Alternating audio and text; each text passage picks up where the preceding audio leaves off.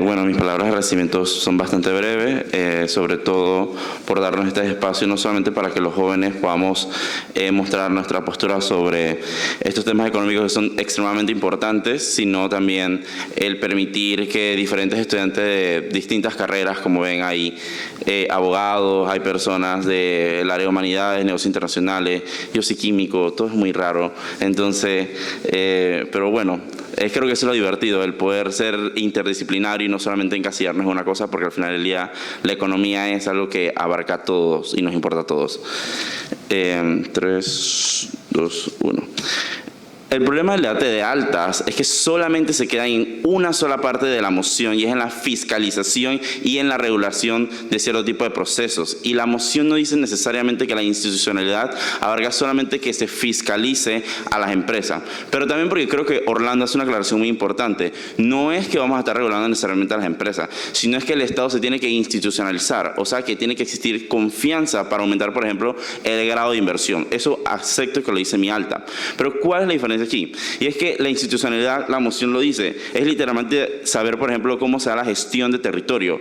Esto es importante, porque para la información sobre la gestión de territorio respondo mucho a lo que Manuel decía, porque si lo que a Manuel le preocupa literalmente es que no tenemos infraestructura y que tenemos que generar esa infraestructura por medio del modelo de oferta y demanda, el problema es que ese modelo es extremadamente centralizado, ¿verdad? No es como dice Manuel que el Estado no está centralizado y es que las oportunidades en Panamá sí están centralizadas, si no las personas no tuvieran que emigrar, por ejemplo, de las áreas más vulnerables o de las áreas con menos oportunidades para buscar trabajo en la capital, ¿verdad? Si eso fuera cierto, entonces las áreas de desarrollo no solamente tendríamos una ciudad de Panamá, sino que tendríamos varias ciudades en diferentes provincias. Y eso no existe porque existe una fuerte centralización. ¿Eso qué implica? Que cuando nosotros promovemos más este fortalecimiento institucional, hay una mejor información sobre la gestión del territorio. Y eso es importante porque permite ver las ventajas comparativas que tienen cierto tipo de regiones respecto a otra para promover cierto tipo de mercado. Por ejemplo, en Colón, la ventaja comparativa, por ejemplo, es aprovechar toda esta logística, este tema logístico, ese hub que tiene Colón, ¿verdad? O, por ejemplo, vamos a Chiriquí y aprovechamos, por ejemplo, la comparativa que tienen, por ejemplo, de ser un lugar que es súper fértil, ser apto para la agricultura y demás. Y así vamos sucesivamente, pues maximizamos ese tipo de dinámicas, pero eso solamente lo hacemos cuando existe institucionalidad, porque permite que yo gestione mejor mi territorio, lo que permite que la infraestructura que a Manuel le preocupe tanto se desarrolle mejor en mi lado de la casa. El problema de la oferta y demanda es que es extremadamente centralizadora. 2, sobre la interseccionalidad y la integración intergubernamental. Eso también lo dice la moción. Y esto es importante, porque lo que Manuel te dice es, el Estado tiene varias cosas funcionando a todos lados, ¿verdad?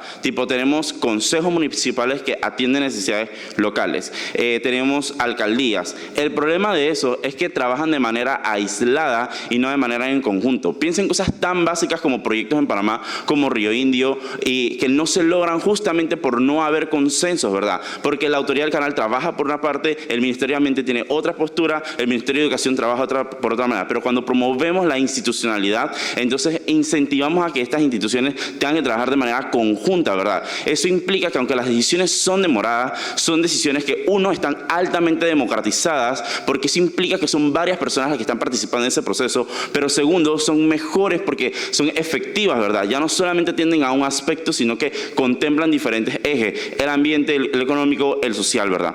Creo que eso es importante, porque si Simón decía que la fiscalización lo que genera es temor y que al final del día las empresas como que pueden como autofiscalizarse, noten que no es tan importante entonces la fiscalización porque podría ser hasta simétrica, ¿verdad? Y que solamente es importante si es que existen, por ejemplo, incentivos de, por ejemplo, malversar fondos y ese tipo de cosas. Partamos de un debate donde, por ejemplo, ese tipo de dinámicas no existen. Creo que si eso no existe, la fiscalización no es el criterio bajo el cual el debate se gana.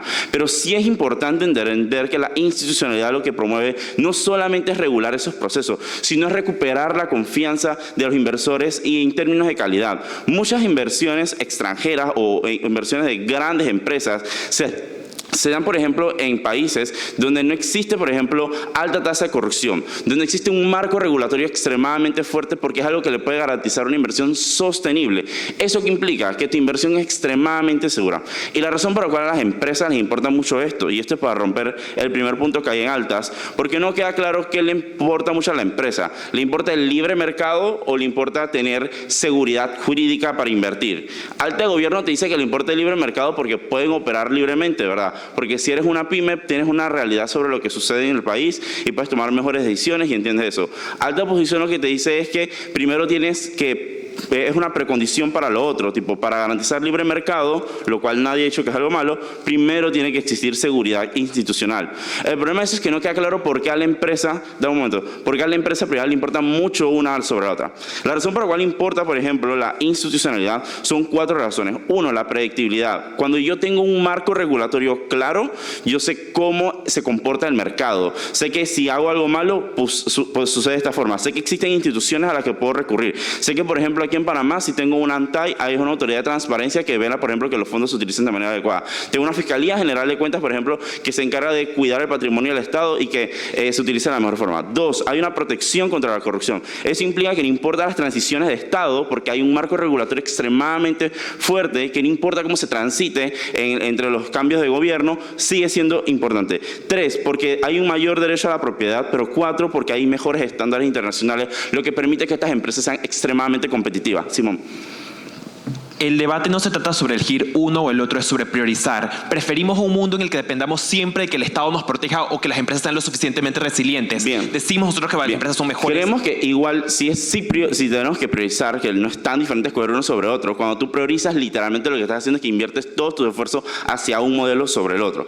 ¿Eso qué implica? Que si yo priorizo el modelo de la institucionalidad, me importa mucho, por ejemplo, cómo sea la gestión de territorio. Eso es información necesaria que necesito para desarrollar la infraestructura que a Manuel le preocupa. 2, porque necesito que las instituciones trabajen de manera cooperativa, no de manera aislada. Eso lo promueve a través de legislaciones. ¿Eso qué implica? Que entonces las instituciones toman decisiones informadas. Pero 3, si la fiscalización no nos importa, porque lo que hace es evitar que las empresas inviertan, lo que nosotros terminamos generando en nuestra de la casa es que esas empresas sientan que su inversión es segura, ¿verdad? Porque hay un marco regulatorio que entiende que hay pérdidas, pero segundo, porque le da seguridad a estas empresas para que sean rescatadas por el Estado incluso. Porque, por ejemplo, en este tipo de regulaciones, las empresas tienen oportunidades, por ejemplo, de que como son empresas que aportan una cantidad de empleos significativos para el Estado, cuando toman malas decisiones o cuando hay fallas del mercado como el COVID, como la crisis o estallidos sociales que son naturales en los estados, el Estado tiene formas de repararlas a través de subsidios, ¿verdad? Porque el marco regulatorio los obliga a ellos a cuidar esas empresas que son potencialmente de muchos empleos para varias personas. Pero cuando eso no existe institucionalidad, el Estado simplemente se limpia las manos y dice, bueno, lo siento, no hay suficiente demanda de papel higiénico hoy y por lo tanto la empresa de papel higiénico quiebra, ¿verdad? Pero en mi lado de la casa yo cuido esa empresa de papel higiénico y eso es extremadamente importante porque garantiza la seguridad y la sostenibilidad. Orgullosos de oponer.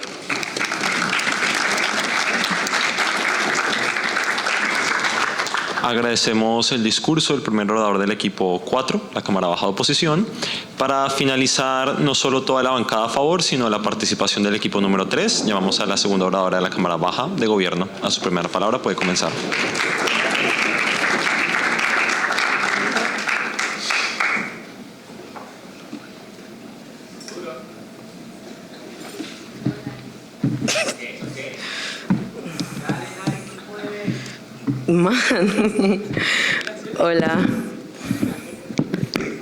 Hola, asumo que se me escucha bastante bien. Antes de iniciar, algunas dedicatorias. Primero que nada, Emanuel, hace rato nos batimos juntos, ha sido muy lindo.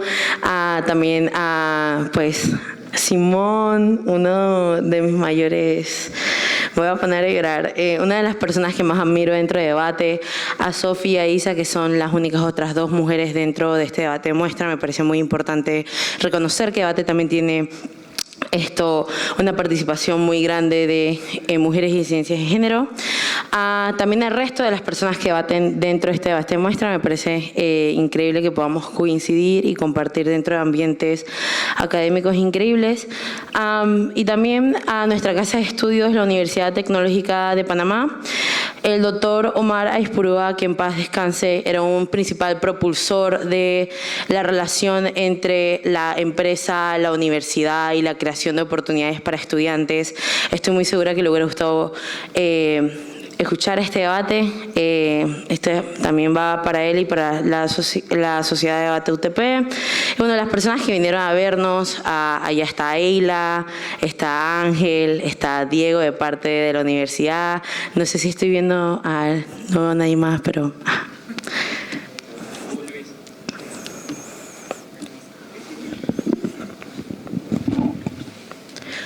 Creemos que la pobreza no es solamente la miseria, sino también es la opresión. Lo que vamos a demostrar dentro de esta intervención son 4 puntos en particular.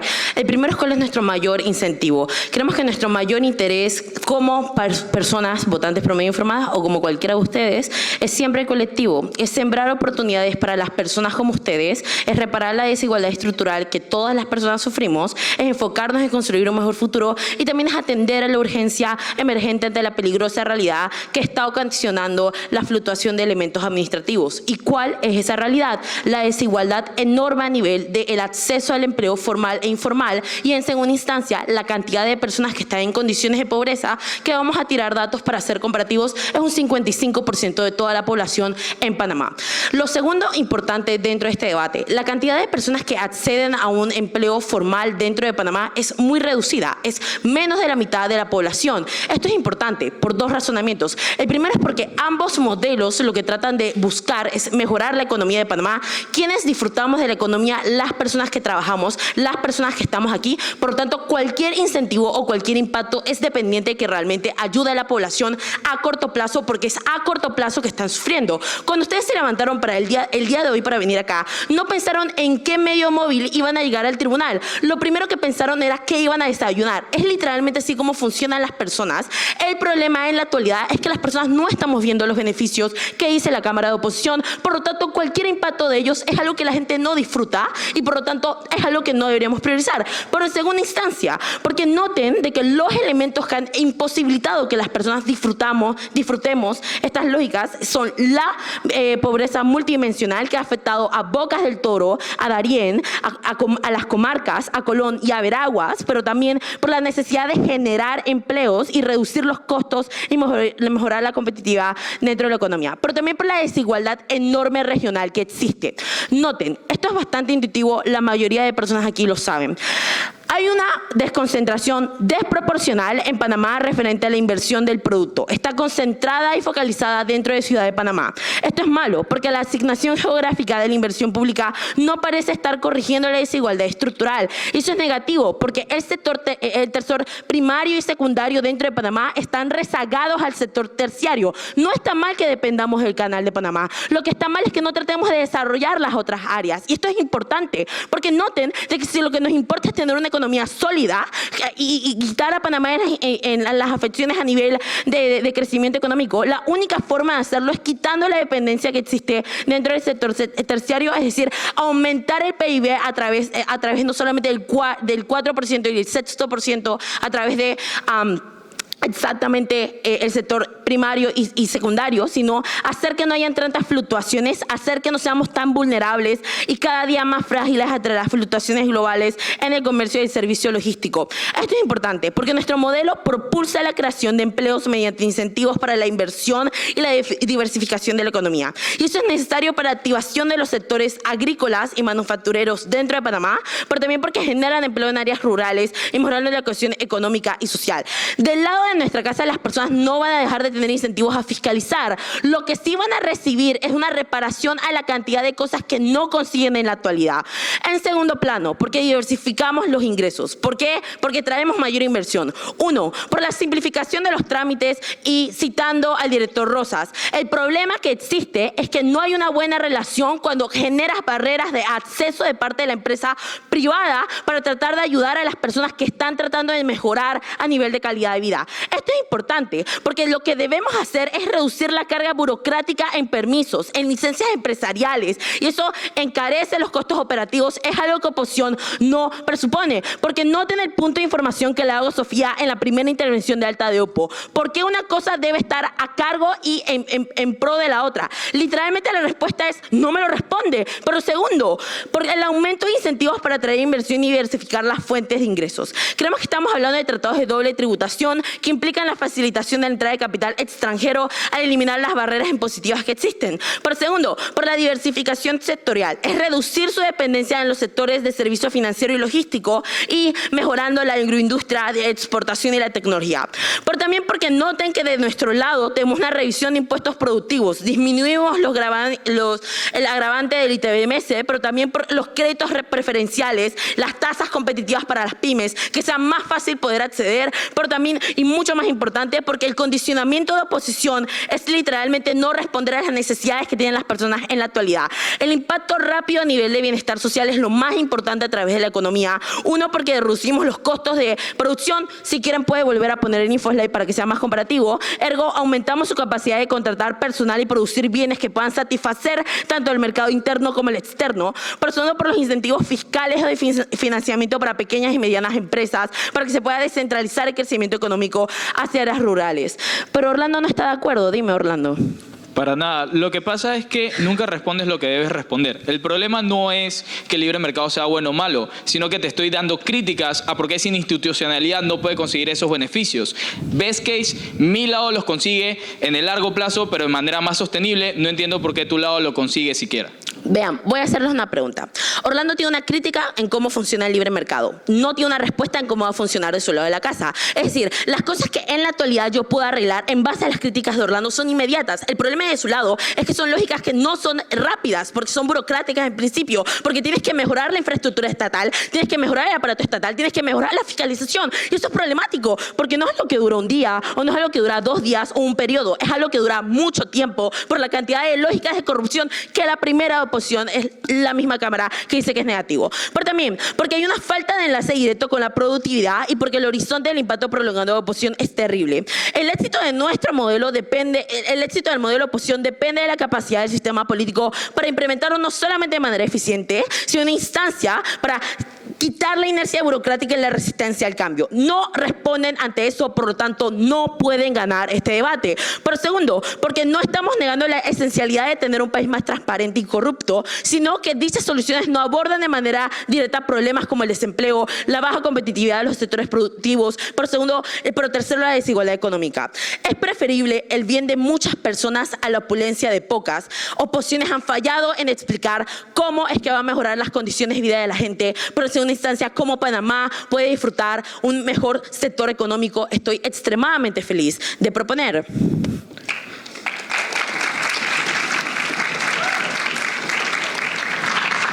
Con esto cerramos la participación del equipo 3, la Cámara Baja de Gobierno. Para cerrar la participación del equipo 4 y el debate en su totalidad, llevamos al segundo orador de la Cámara Baja de Oposición.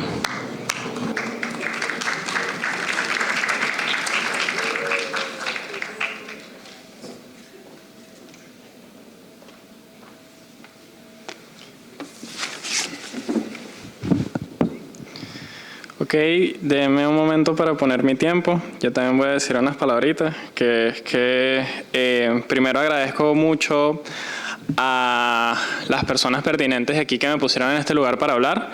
Y la verdad es que yo empecé en debate huyéndole a la política.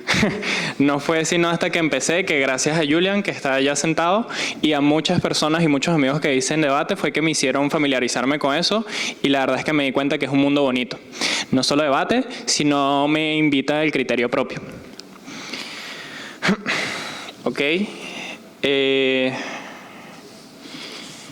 Empiezo en 3, 2, 1. Público y panel. Hay un problema grave con gobierno. ¿Qué es lo que sucede? Que es que existen deudas sociales muy grandes en Panamá. Y lo que va a pasar en sus mundos es que si seguimos implementando los modelos que tienen ellos, es que esas deudas sociales van a seguir creciendo. ¿Por qué? Porque son las mismas centralizaciones que suceden en el libre mercado que ellos ignoran seguidamente en lo que sucede en Panamá justamente. ¿Por qué es que nos quejamos o por qué Emanuel sale y dice que no hay sinceramente otros tipos de provincias que son más pequeñas que no tienen los mismos recursos? Porque es el mismo libre mercado que simplemente vota por la productividad que tiene este tipo de provincias. Es que no podemos darle la igualdad en economía o la igualdad en oportunidades que hay en diferentes lados, ¿no? Pero específicamente con esto, si es que le hacemos caso con justamente lo que decimos Emanuel, entonces lo que va a pasar es que sí, lo que va a seguir pasando es que le vamos a seguir dando agua al canal de Panamá, y entonces lo que va a pasar es que el río Indio se va a quedar sin agua o sin recursos de las personas que están ahí, y entonces eso va a costar con mucho más de las personas que va a pasar ahí. Es la deuda social creciente que sigue creciendo, y es la deuda social que va a seguir con consecuencias aquí. Esto es muy importante, porque al final son los ciudadanos de a pie y la economía doméstica que tenemos que ver para que las personas sean productivas. Al final lo que te dice Carlos es que nosotros le vamos a dar cierto tipo de fiscalizaciones, no simplemente tener que ponerle barreras a todo el mundo porque sí, sino porque tenemos que asegurar ciertos tipos de libertades para que se dé justamente algunos tipos de prácticas sostenibles, ¿no? Y ahora paso específicamente para decir qué es lo importante que dice Carlos, y es que Carlos te dice una cosa importante, ¿no? Y es que te dice que tenemos que ponerle este tipo de barreras porque es necesario para tener cierto tipo de seguridad que tanto los inversores quieren. ¿Qué es lo que él se refiere específicamente con eso? Y es que aquí tenemos dos cosas. Primero, que es que hay una analogía que es que si yo primeramente, en el barrio en el que yo vivo, salgo el día de mañana y no me siento seguro, sí, lo más seguro es que pueda decir soy libre, pero soy propenso a tener miedo a que me pueda pasar algo o a la inseguridad.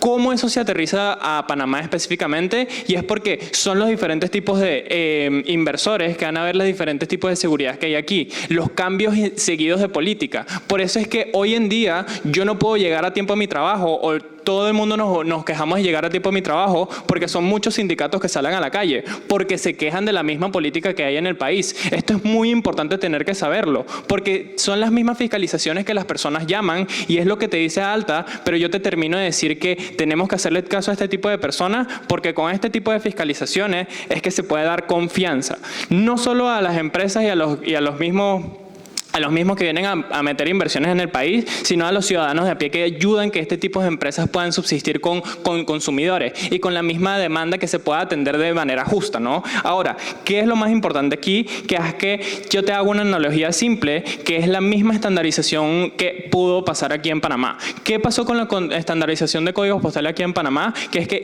ellos hicieron un intento de querer hacer quisieron hacer un intento de hacer cierto tipo de privatización de los códigos postales. No funcionó porque había una fuerte crítica a la seguridad que había en el país, la seguridad de los datos y la seguridad que podía pasar en todo esto. Por eso simplemente es que tenemos que fiscalizar todo este tipo de cosas, y por eso es que justamente lo que pasó con este tipo de privatización de los códigos postales no pasó. Pero específicamente hay una transparencia importante que te dice Carlos, y es que hay algo muy importante que tenemos que saber aquí. Por ejemplo, Carlos no llegó a ser profesor solo porque sí o solo por favoritismo. Carlos llegó a ser profesor porque había un sistema de filtraje que era muy transparente para poder llegar ahí. Es esa misma transparencia que necesitamos en el gobierno, y tenemos que darle cierto tipo de fiscalizaciones para que sea mucho más transparente. Sabemos todos los procesos que van a hacer, y con las diferentes gestiones que vamos a tener. Solo que te dice baja de oposición es que podemos tener cierto tipo de fiscalizaciones que haga traer más inversores, porque vean lo transparentes que somos. Simón. En Cámara Alta de Gobierno somos los únicos que explicamos por qué hay que priorizar un modelo sobre el otro. Nosotros hacemos que las empresas no dependan de que el Estado falle, sino que por sí mismas puedan existir. Incluso en el escenario en el que el Estado sea lo más eficiente o lo menos eficiente, cuando las empresas son lo suficientemente resilientes, es ahí cuando previenes el daño. En su lado de la casa son estudios. Los estudios las hacen también empresas. El problema aquí es que cuando no hacen los diferentes estudios para tener este tipo de gestiones políticas, es que en este tipo de gestiones de territorios es lo mismo que estaba diciendo, de la misma lógica del Canal de Panamá y todo este tipo de gestiones que no van a poder hacer bueno. Sí, tenemos diferentes tipos de analogías que podemos tener como tecnócratas en diferentes políticas, pero por eso es que a las personas le atrae mucho más a tener tecnócratas y personas que saben mucho más del rubro para poder tener este tipo de gestiones y de las investigaciones que tienen detrás. Nari.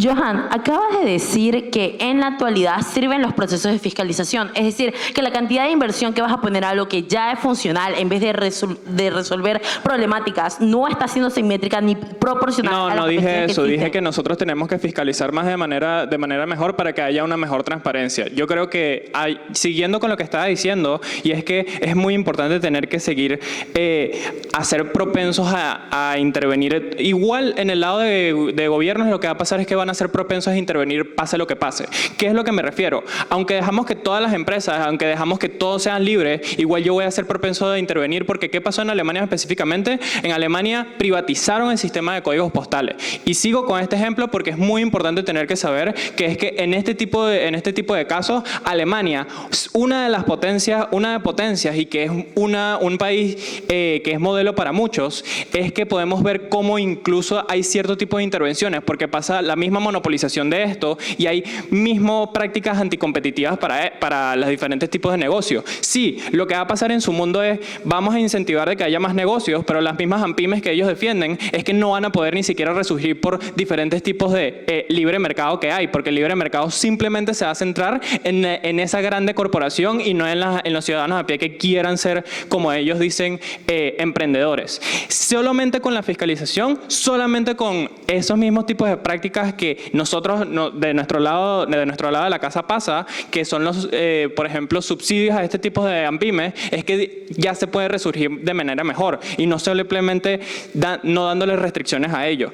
Pero específicamente es que con este tipo de fiscalizaciones, al final nosotros aseguramos de que cumplan las reglas del juego. Y lo que hace es que muy importante que se cumpla todo este tipo de modelos que nosotros tenemos aquí. Gracias.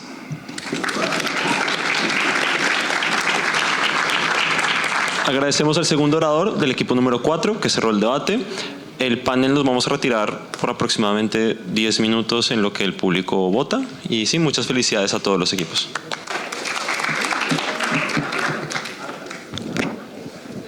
Muchísimas gracias a todos los debatientes por este increíble debate, muy interesante. Ahora va a aparecer un código QR en el que todos ustedes van a poder ejercer su derecho al voto de manera democrática durante 10 minutos, que es el periodo en el que el jurado va a deliberar. Y luego nuestro queridísimo Samuel Moreiro, secretario académico de ASPADE, vendrá para poder presentar los argumentos y los puntos de choque de este debate y explicárselos de la mejor manera.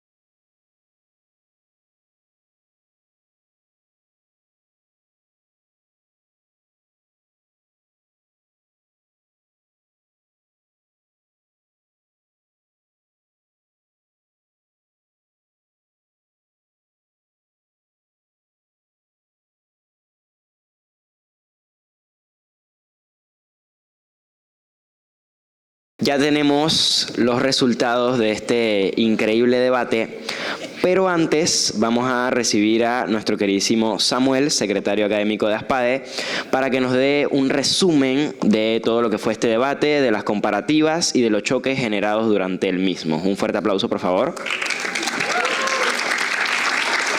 Voy a bajar a escucharte sentado. Voy a bajar a escucharte sentado, hay que prestarte atención. Nuevamente, buenas noches. Ya en la recta final de este evento, antes de anunciar el resultado, que voy a dar 5 segundos para quienes no hayan votado, terminen de votar, en lo que abro el formulario y cierro el formulario, las respuestas. Demoré menos de 5 segundos, ya lo cerré. Listo. Hasta ahí los resultados. Primero, para mostrar un poquito más de cómo todo ese de cómo es todo el ejercicio del debate parlamento británico, les voy a dar un muy breve resumen de cómo Ladies y yo como panel de jueces vimos el debate. Porque los jueces a veces ven el debate de forma diferente porque lo vemos de una forma neutral para tener una competencia más justa donde cualquiera puede ganar. Entonces simplemente les voy a decir los principales argumentos que resaltamos de cada bancada. Los 4 equipos dijeron un montón de cosas, argumentos muy buenos, muy válidos, pero no puedo resaltar y resumir todo, porque si no demoraría mucho y ya sé que quieren saber conocer al ganador. Pero simplemente les resumiré un poco el debate y las preguntas que usualmente como jueces nos hacemos para definir quién podría ganar, quién fue el mejor. Sin embargo, el resultado que importa es el que decidieron ustedes. Pero adelanto una cosa, y es que el ganador que Ladies y yo consideramos coincidió con la votación del público, así que el público pues son muy buenos jueces del Parlamento británico, así que pueden juzgar la final del Mundial si quieren después de esto. Así que vamos con un breve resumen pasando cámara por cámara. Primero, algo importante que hay que notar en este tipo de debates son cosas como la que hace Cámara Alta de Gobierno en el inicio, y es dar explicaciones exactas de cómo funciona el término priorizar, ya que al fin y al cabo el priorizar dentro de este debate podía tener diferentes interpretaciones. Pero Isabela, la primera oradora, es clara al decir que al fin y al cabo implica tal vez dirigir ciertos esfuerzos, dirigir ciertos recursos o adoptar ciertas medidas que le den más atención a este tipo de prácticas. En temas argumentativos, Cámara Alta de Gobierno trae 4 argumentos, de lo cual podemos resaltar cosas como el costo-oportunidad, que al fin y al cabo hay que analizar qué tanto estamos perdiendo a la hora de exactamente priorizar los recursos o priorizar lo que estamos invirtiendo en un modelo o el otro. O segundo, y son ideas que vienen más ya en el segundo discurso, sobre la legitimidad que la gente tal vez percibe a la hora de que los recursos estén centralizados solamente en el Estado y no tanto en empresas o en otros actores, o al fin y al cabo qué tanta, por así decir, capacidad tienen pymes de acceder al mercado y una competencia mucho más justa y accesible dentro del mundo de gobierno. Aquí lo que nos preguntamos entonces cuando entra la Cámara Alta de Oposición es primero esas dudas que deja, esos puntos claros que deja Cámara Alta de Gobierno y cómo se compara contra los otros equipos, porque al fin y al cabo Cámara Alta de Gobierno deja como que estos puntos a conocer dentro del debate, el que importan las pymes, el que importa el acceso a la competencia. Sin embargo, lo que dice Alta de Oposición al entrar al debate, y algo muy parecido a lo que hace la primera oradora de Cámara Alta de Gobierno, es explicar cómo entonces funciona la Cámara Alta de Oposición. Y un punto importante que explica Alta de Oposición es que al fin y al cabo la institucionalidad es una precondición para que, si existe competencia o si existe libre mercado o competencia, es una precondición para que sea de forma estable, no tanto regularizada. Lo que aclaraba Alta de Oposición es que no es regularizar todo al extremo, sino hasta al fin y al cabo generar seguridad y generar confianza para que todos puedan participar, y eso se desarrolla mucho más de forma argumentativa en el segundo discurso de la Cámara Alta de Oposición. La pregunta que nos hacemos ahora a la hora de analizar a las cámaras bajas, como les dije, no son equipo de las cámaras altas. Al fin y al cabo pueden quedar argumentos no completamente explicados, pueden quedar dudas de qué tan cierto es lo que dicen las cámaras altas. Entonces, cuando vamos a resumir Cámara Baja de Gobierno, lo primero que nos preguntamos es tal vez si explican mejor las cosas que la Cámara Alta de Gobierno, si se pueden diferenciar de cierta forma en temas de calidad y persuasión. Y lo que dice Cámara Baja de Gobierno para posicionarse dentro del debate es diferenciar hasta cierto punto cómo se pueden generar medidas, proyectos con suficiente financiación que antes no tenían suficiente apoyo y que podían llegar a otras regiones. Entonces aquí está la diferencia. Baja de Gobierno explica cómo esto puede llegar a diferentes regiones, a más personas y que no todo quede centralizado en la capital, mientras en Alta de Gobierno tenemos tal vez argumentos que ya van más encaminados a apoyo a pymes, apoyo a una competencia mucho más accesible. Entonces ahí son equipos que defienden la misma postura pero que traen diferentes argumentos para defenderla. Y por último, la Cámara Baja de Oposición al fin y al cabo trae una línea que también se basa en que, y hacen énfasis en que no es importante solo tener libertad, sino tener suficiente confianza para que yo pueda saber que esa libertad va a ser lo suficientemente segura y lo suficientemente beneficiosa para quienes participan en el sistema. Entonces es lo mismo, en Cámara Baja de Oposición nos preguntamos qué traen de diferente en comparación a su propia Cámara Alta que defiende la misma postura, y qué podemos resaltar para definir cuál es la diferencia entre la cámara alta de oposición y la cámara baja de oposición. Esas son un poquito las preguntas que nos hacemos en el debate, pero en realidad hay un montón más en el trasfondo de lo que como jueces hacemos. Realmente las deliberaciones duran entre 20 hasta 30 minutos porque la retroalimentación que da el juez principal tiene que ser muy detallada, muy exacta de qué se dijo, por qué cada equipo ganó, pero esto es solo un pequeño pedazo de lo que como jueces nos preguntamos y es lo que hace que pues, el ejercicio de debate sea tan justo, tan neutral, pero también tan competitivo, porque hay una persona que desde la neutralidad define quién ganó el debate. Pero eso fue por parte de lo que nosotros como personas en el panel resumimos y resaltamos dentro del debate. Ahora, para anunciar el resultado. Tuvimos un total de 109 votos. Y en una votación cerrada, es la primera vez que veo el resultado, se los juro, no lo vi antes de entrar aquí, con el 34.9% de los votos, el equipo ganador es, redoble por favor, si quieren, el equipo número 2, la Cámara Alta de Oposición. Muchas felicidades.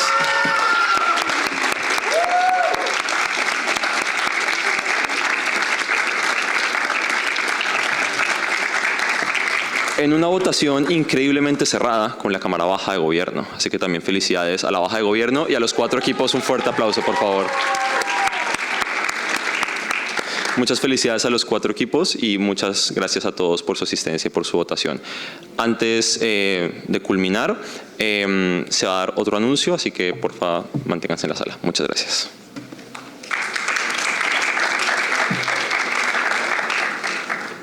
Ha llegado el momento de mi parte favorita de la noche, la entrega de los premios por nuestro queridísimo Brian Townsend, economista del Consejo Nacional de la Empresa Privada, y tenemos la entrega de certificados de participación a los debatientes y la entrega de becas del curso de formación empresarial en la CONEP Campus a cada uno de los debatientes.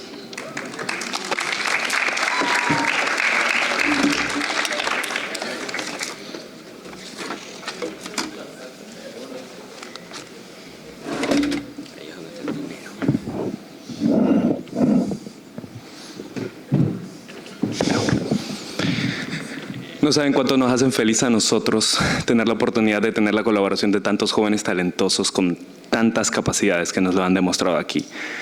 Por eso el CONEP se organizó para poder otorgarle una beca a cada uno de los participantes de debate para poder optar por uno de los cursos de las planificaciones que tenemos para el 2025 en nuestra plataforma eCampus. Primer certificado, Simón Lugo.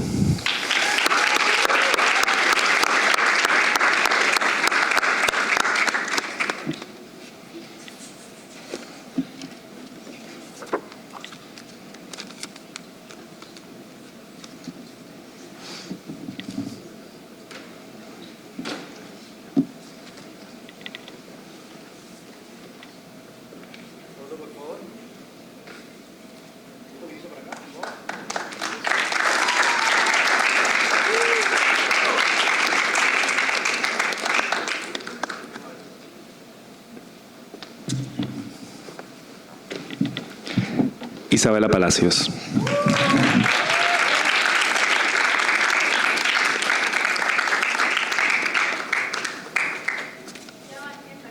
Ya.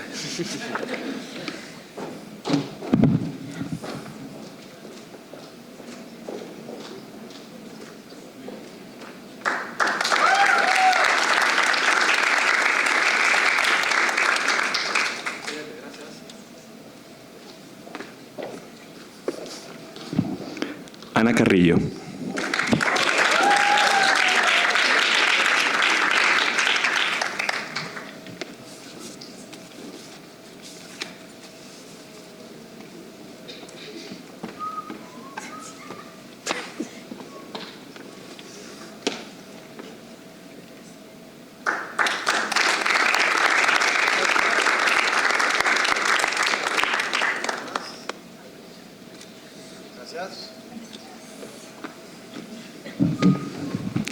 Sofía Ballesteros.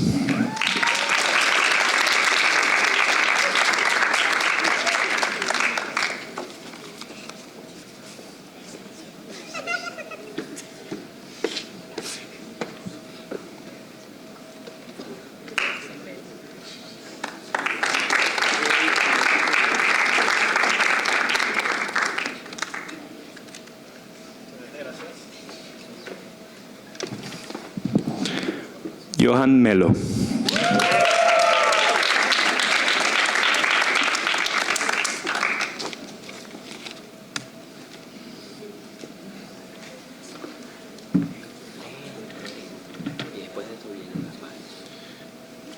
Vamos a hacerlo directo. Yo no voy a anunciarlo y saltamos ya la grabación.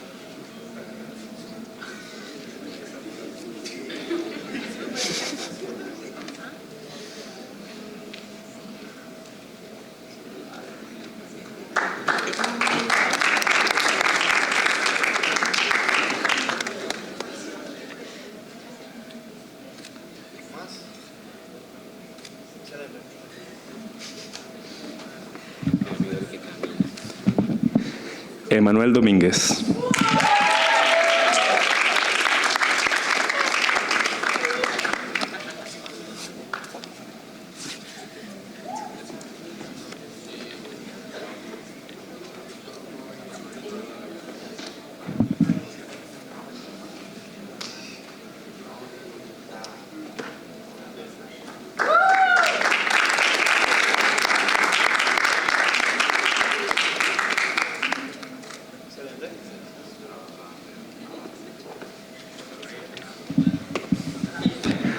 Carlos Guevara.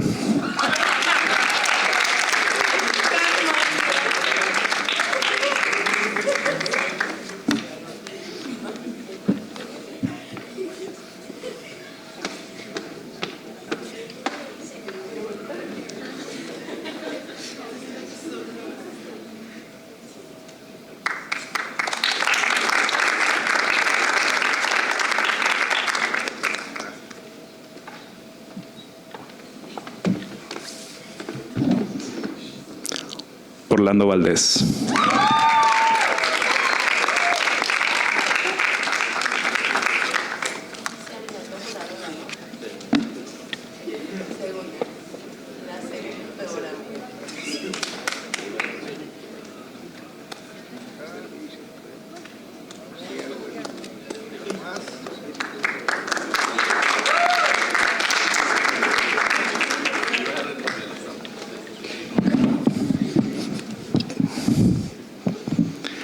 Ahora, esto no acaba acá, porque a su vez también tenemos algo para ASPADE.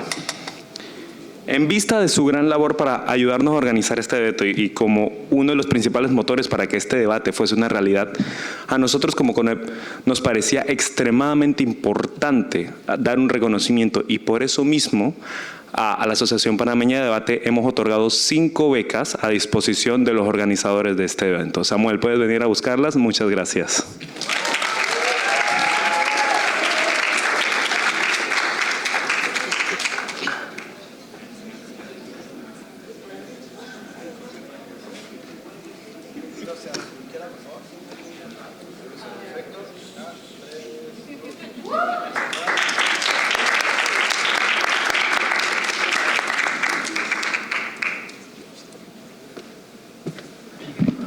Lo dejo con su carismático maestro de ceremonias. Bueno, para finalizar este evento, vamos a tener palabras de cierre por nada más y nada menos que Alejandro Espino, vocal de la Junta Directiva de la Asociación Panameña de Debate. Un aplauso, por favor.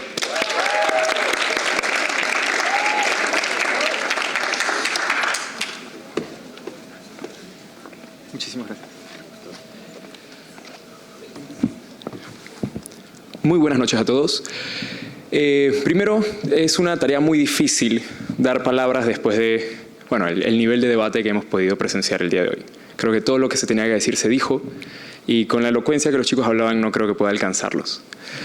Pero sí quiero hacer algo que todos los jóvenes hicieron esta noche y fue antes de empezar sus discursos dar gracias. La verdad es que estamos altamente agradecidos por la presencia de todos ustedes. Agradezco a los jóvenes que estuvieron mostrándonos sus ideas, agradezco a los jóvenes que nos están acompañando y son la nueva generación, los líderes futuros de este país. Agradezco a empresas privadas, agradezco a gobierno, agradezco a instituciones internacionales y nacionales. Quiero rescatar palabras del presidente Rosas al inicio, muy inspiradoras. Mencionaba que tenemos que ser ciudadanos que tomen acción, participativos. Y por eso a mí me gusta tanto el debate, porque el debate creo que engloba lo que es un ciudadano participativo. Un ciudadano participativo no solo hace sin entender por qué hace lo que hace, y no solo escucha y se queda encerrado en su casa sin incidir en la sociedad. Un ciudadano participativo escucha, después de escuchar con el pensamiento crítico razona y posterior a eso actúa, que es lo que la Asociación Panameña de Debate busca inculcar. Esperemos que esto no sea solo algo que quede con las personas que nos han acompañado hoy, sino que seamos agentes replicadores de esta lección y sigamos incidiendo positivamente en Panamá. Les extendemos la mano a todos los que quieran seguir participando en este proyecto de crear un Panamá que debate. Y bueno, muchísimas gracias por su presencia esta noche. Un aplauso para todos ustedes. Saludos.